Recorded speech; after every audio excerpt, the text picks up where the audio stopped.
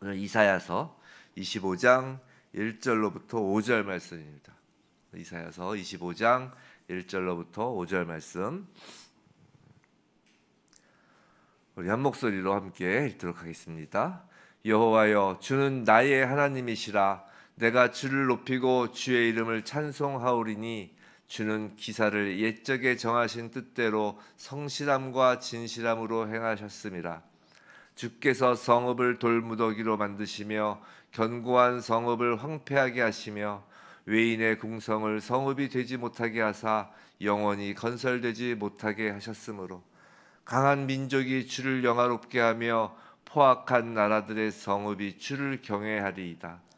주는 포악자의 기세가 성벽을 치는 폭풍과 같을 때에 빈궁한 자의 요새시며 환난당한 가난한 자의 요새이시며 폭풍 중에 피난처시며 폭양을 피하는 그늘이 되셨사오니 마른 땅에 폭양을 제함같이 주께서 이방인의 소란을 그치게 하며 폭양을 구름으로 가림같이 포악한 자의 노래를 낮추시리이다.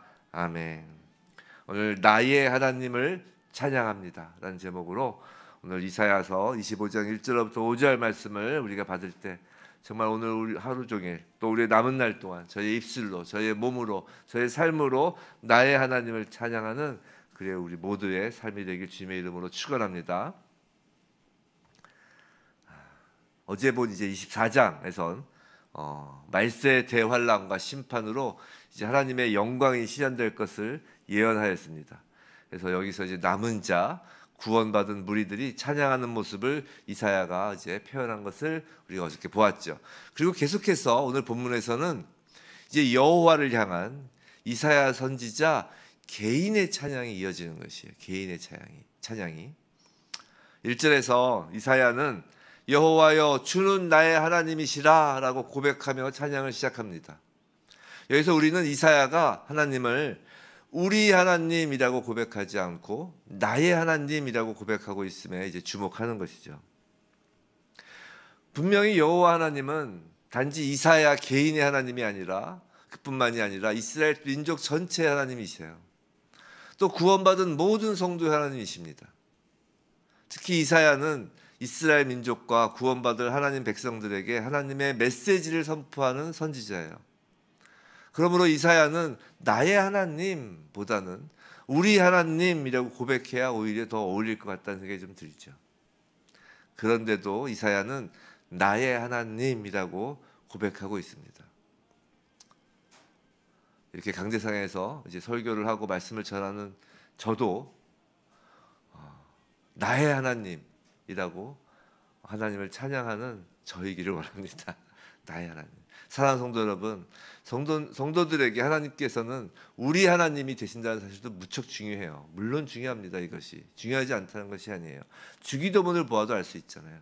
주기도문을 시작할 때 하늘에 계신 우리 아버지요 이렇게 시작하죠. 하늘에 계신 나의 아버지요라고 안 돼 있어요. 주기도문 처음부터 끝까지를 쭉 기억해 보시면 다 우리입니다. 우리에게 일용할 양식을 주옵시고 우리가 시험에 들지 않게 하시고 다 우리죠. 그런데 우리 하나님은 나의 하나님이 전제되지 않고는 생각할 수 없다는 것이죠. 우리가 하나님과 사람의 이 관계는 우리가 이제 관계의 종교잖아요. 관계의 종교. 우리 기독교를 이야기할 때 관계 신앙이잖아요. 이 언약 신앙이 바로 관계잖아요. 관계. 이 하나님과 사람의 그 관계는 1차적으로 먼저 1대1의 관계라는 것을 잊어서는 안 됩니다. 하나님과 관계에 맺어지는 것에서 가장 중요한 게 뭐예요? 믿음이 있잖아요. 우리의 믿음, 하나님께서 믿음을 주시고 우리가 그 믿음을 반응하며 또 하나님께 믿음을 반응하고 그 우리와 하나님과의 끊어진 관계에 맺어지는 그 연결고리 중에 하나가 믿음이잖아요. 하나님이 우리에게 주신 그 은혜에 대한 반응. 그 믿음도 개인적이죠. 우리가 그 부모의 신앙 이라고 하지만 부모의 믿음이 자녀의 믿음이 되는 것이 아니라고요. 제가 이전에 어떤 예수를 믿지 않는 제 친구가 있는데 그 부인이 되게 신실해요. 정말 새벽 예배도 열심히 나가고 그냥 이제 저희 교회 성도는 아닌데 이제 제 친구는 이제 남자고 그 친구 부인이 그렇게 신실한데 제가 이제 가끔 이제 만날 때마다는 이제 예수 믿어라. 그러면 뭐라고 하는지 아세요? 아마 대부분이 안 믿는 남편분들이 자주 하는 이야기일 거예요. 나는 우리 와이프 손 꼭 잡고 우리 와이프 천국 갈 때 따라갈 거야. 항상 와이프한테도 그래. 내 손 꼭 잡고 같이 가야 된다고. 그렇게 해서 가지는 천국이 아니잖아요. 자신이 믿어야죠. 자신에게 믿음이 있어야죠. 우리가 교회라는 집단에 속하여 신앙생활을 하고 있다고 해서 모두가 믿음이 있는 것이 아니라는 것을 또 잘 아시잖아요. 그렇죠? 뭐 그렇다고 누구를 판단하라는 것은 아니지만 그 알 것과 강아지 비유해서 알 수 있잖아요. 우리가 시작할 때 사도신경을 우리가 같이 암송하고 고백했잖아요. 이렇게 사도신경을 공동체적으로 함께 암송하고 고백한다고 해서 그 고백하는 사람들이 모두 그 사도신경의 내용을 믿는 것이 아니잖아요. 알잖아요.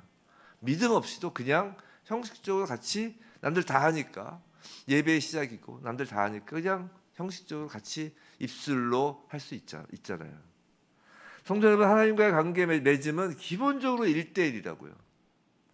무리를 지어서 관계를 맺는 그런 경우가 없습니다. 근데 지금 이사야는 하나님께 찬양을 드리는 거예요. 하나님께 찬양을 드린다라고 했을 때 그 찬양이 정말 진심으로 드려지는 것이기 위해서는 무엇보다 반드시 무엇이 전제가 되어야 될까요?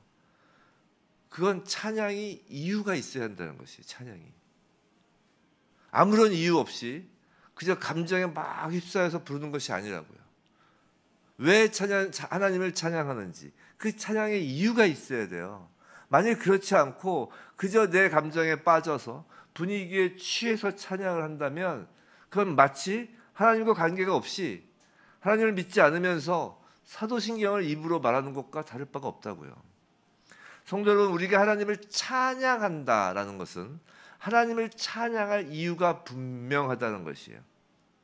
하나님과 1대1의 관계를 맺은 자로서 하나님이 누구신지 알고 있다는 것이에요. 그래서 찬양은 나의 하나님을 향하여 노래를 부르는 것이에요. 찬양은 대중가요가 아니라고요. 기분에 취해서 부르는 유행가 노래가 아니라고요.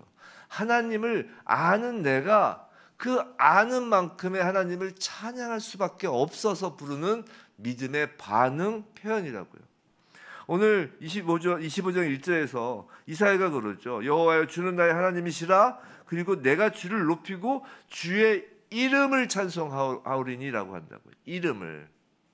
그래서 이름이라는 건 단순히 누군가를 부르는 호칭으로서의 이름을 뜻하는 것이 아니죠. 특별히 주의 이름, 하나님의 이름이라고 할 때는 하나님의 그 전 인격을 뜻하는 것이에요. 하나님의 성품과 하나님의 능력과 하나님이 누구신지에 대한 것이라고요.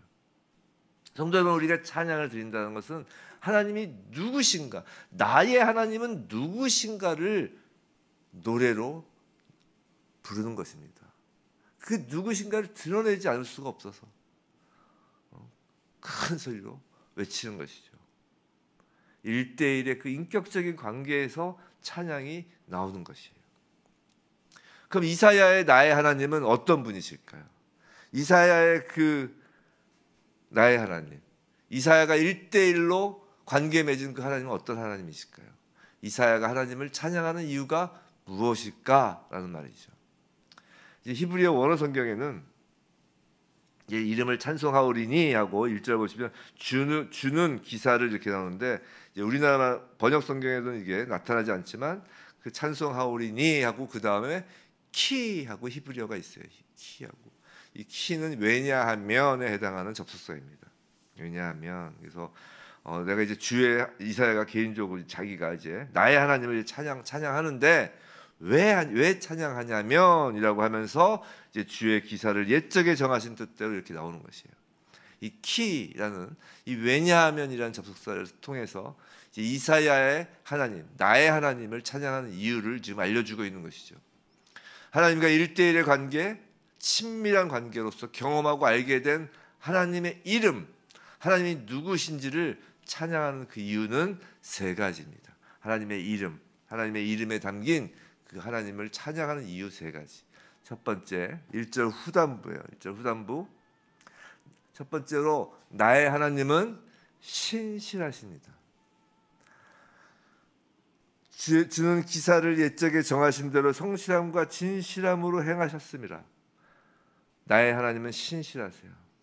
하나님은 당신이 작정하신 것을 반드시 성취하시는 신실하신 분이세요. 옛적에, 본문에서 옛적에라는 말은 이 세상이 창조되기 전을 의미하는 단어예요.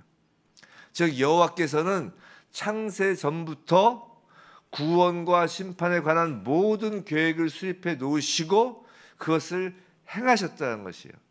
정하신 뜻대로라는 그 원어적 표현은 심사숙고하여 결정을 내리다라는 뜻이에요. 심사숙고요. 이미 하나님은 창세 전에 심사숙고하셔서 구원과 심판에 관한 모든 계획을 수립해 놓으셨다는 것이죠. 또 성실함과 진실함이라고 하죠. 이게 비슷한 단어를 이제 두 단어를 연이어서 사용하는 것이에요. 이게 원어로 하면 성실함과 진실함이 에무나 오멘이라는 말인데, 에무나는 여성 단수형이에요.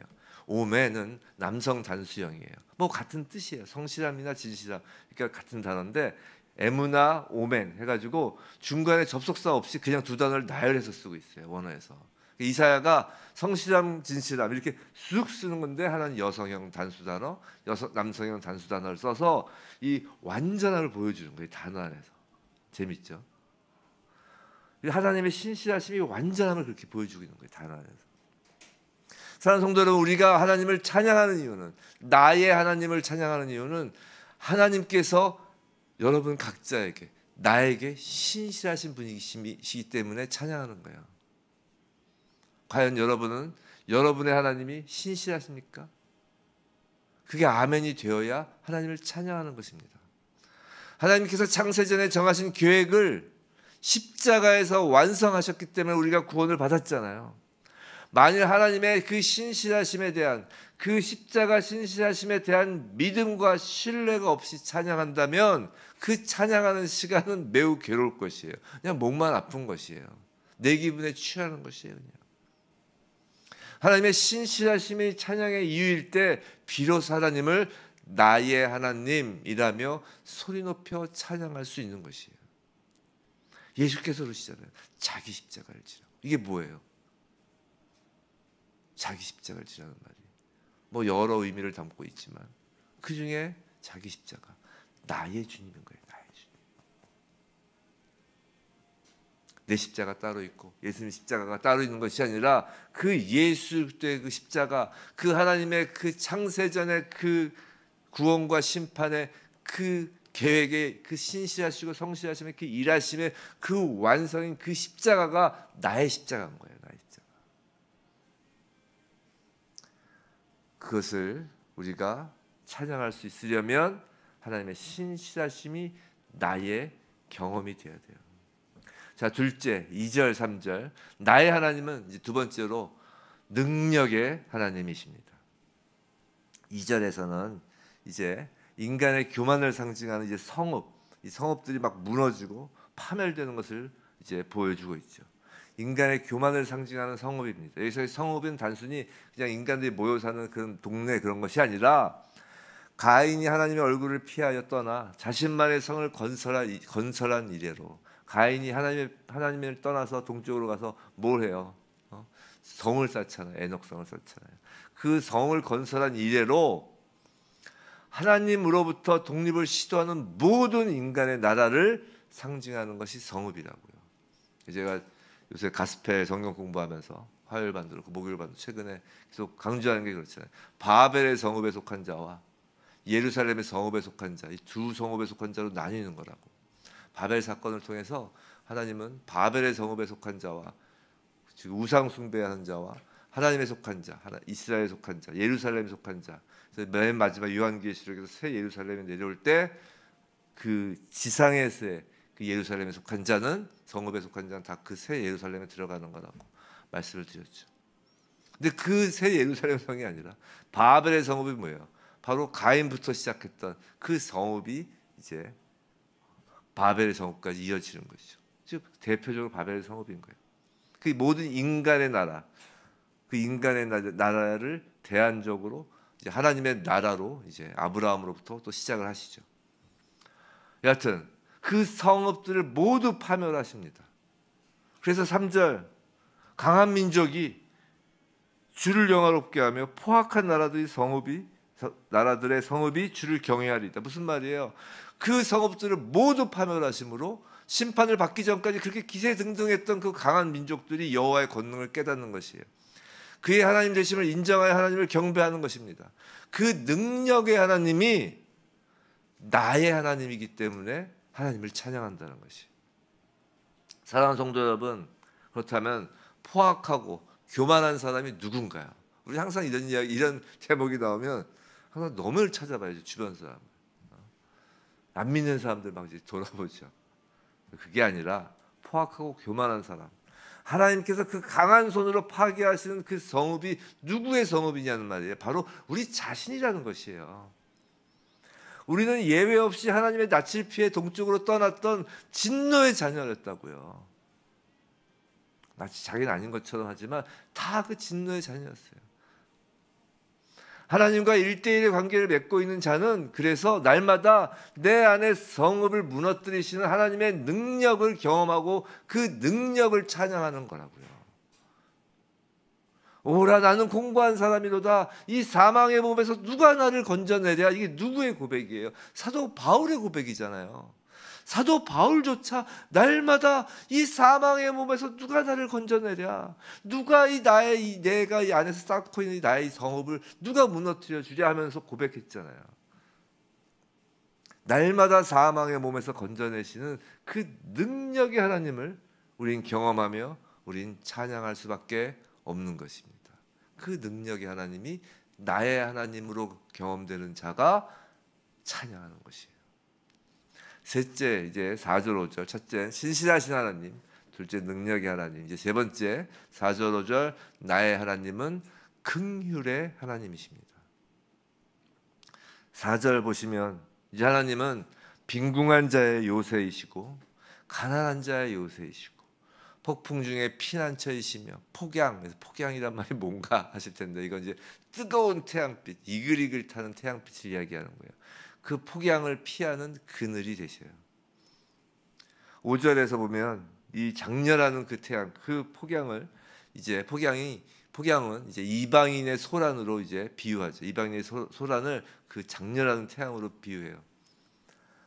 즉 포악한 자의 그 세력을 무력화시키십니다. 이렇게 그늘을 지어 주셔서 구름으로 이렇게 가려서 그 폭양이 쏟아지는 것을 막아주시는 거예요. 아무리 태양빛이 강해도 그냥 하나님의 구름 조각 하나로 그 폭양은 우리에게 영향을 미칠 수 없는 것이죠. 그 세력을 무력화시키는 거예요. 그래서 약한 자들, 가난한 자들의 피난처 되시고 우리의 구원자 되시며 안식과 평안을 주시는 분이시죠. 사랑하는 성도 여러분, 자비와 긍휼 없는 전능하심만이 있는 하나님은 폭군과 같은 무서운 신으로 여기게 돼요. 그죠? 한편 능력 없이 자비나 긍휼만 가진 하나님이라면 그 하나님과 관계를 맺고 있어도 우리에게는 아무 변화도 없고 회복도 기대할 수 없게 되는 것이에요. 제가 그래서 자주 말씀드리잖아요. 나의 하나님의 경험을 우구우구 우쭈쭈 하나님으로 경험하지 생각하지 마시라고. 가끔 보면 하나님은 나를 비단결처럼만 다루셔. 그런 하나님이면 나를 변화시키지 않는 하나님인 거예요. 우리 너무 자비와 긍휼만 하는 하나님만 생각하는데 하나님은 그렇지 않으시다고요. 둘 다 있어야 돼요. 그래서 자비와 긍휼이 없다는 경험, 없는 경험을 정말 능력의 하나님만 경험하고자 한다면 정말 폭군과 같은 무서운 신으로 여기게 된다고요. 이게 이제 사단이 하나님을 오해하게 하는 두 방향이에요. 하나님을 두려워서 피하게만 하는 것뿐만이 아니라 하나님을 그저 자비와 능력만 가지신 하나님으로 생각해서 우리말 그런 거 있잖아요. 할아버지 상투를 붙잡고 흔든다고. 그런 이제 사람으로 사단이 속이죠. 하나님에 대해서. 이 능력 있는 하나님과 긍휼이 많으신 하나님이 이 두 가지 면모가 우리가 찬양하는 나의 하나님이십니다. 사랑하는 성도 여러분, 여러분의 하나님은 어떤 하나님이실까요?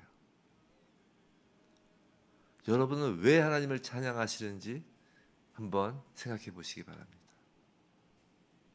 여러분의 그 삶 속에서 경험되고 여러분의 삶 속에서 알게 된 그 하나님은 여러 가지 우리의 생각으로 담을 수 있겠지만 기본이 세 축이라는 것이. 첫 번째 뭐라고요? 신실하신 하나님을 경험하고 찬양하길 바랍니다. 두 번째요, 능력의 하나님을 경험하고 찬양하길 바랍니다. 세 번째, 긍휼하시고 자비가 많으신 하나님을 경험하고 찬양하길 바랍니다. 하나님은 그런 하나님이세요. 우리의 찬양을 받기에 마땅하신 분입니다.